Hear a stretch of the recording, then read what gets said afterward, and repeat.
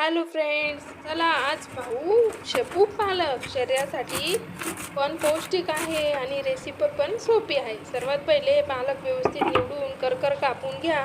स्वच्छ धुवून घ्या. शेपू पण कापून घ्या. लगेच कढईत 1 ग्लास पाणी टाकून तुम्हाला जी आवडती ती डाळ, मूग, मटकी, चवळी, आणखीन खूप प्रकारच्या डाळी आहेत, कोणती पण तुम्ही टाकू शकता. मी इथे हरभऱ्याची डाळ टाकलेली आहे आणि लगेच शेपू पालक टाकून घ्या. मस्तपैकी शिजून घ्या. लसण मिरची पेस्ट टाका. थोडेसे 1 चम्मच बेसन पीठ टाका. शेंगदाणा कूट करून टाका व एकजीव करून घ्या. तेलात तडका द्या.